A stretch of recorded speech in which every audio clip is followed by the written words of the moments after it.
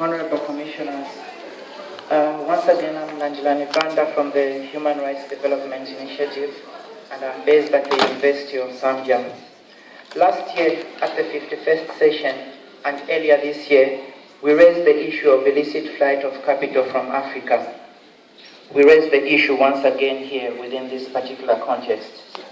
Although many only see the political and economic dimension of this issue, we highlighted the human rights implications of this practice.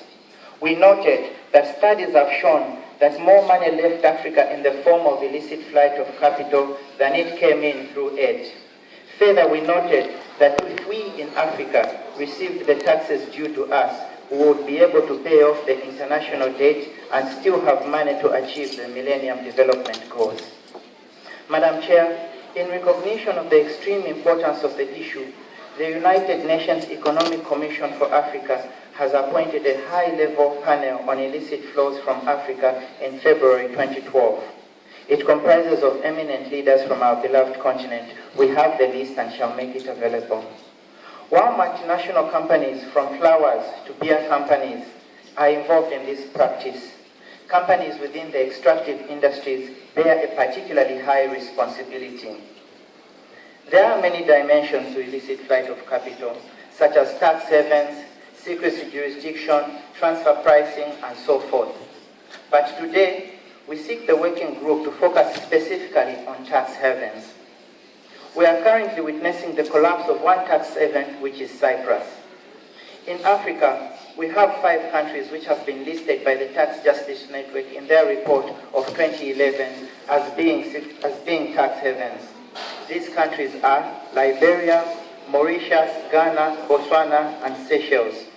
We therefore request the working group, together with the commissioners responsible for these countries, and that is to say, namely, Madam Chair, Commissioner Atoki, Commissioner Tlakula, Commissioner Young, and Commissioner Kagwa, to engage with these countries with the aim of encouraging them to review their laws and their relevant policies.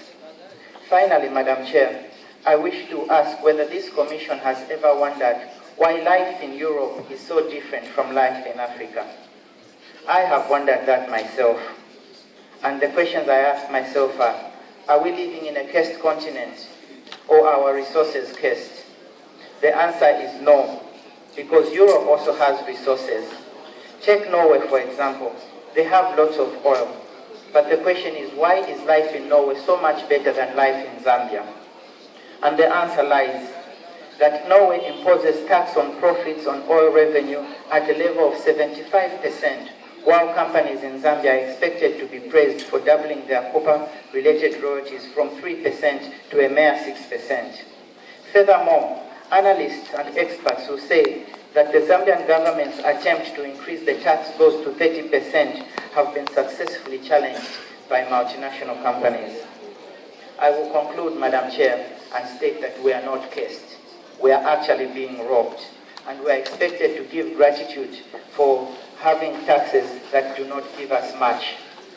Lastly, Madam Chair, I will say that the Commission should add its voice to those who are saying no more to those who are stealing from Africa. No more stealing from Africa, no more stealing from us. Add your heartfelt voice, Madam Chair. Thank you very much and good day.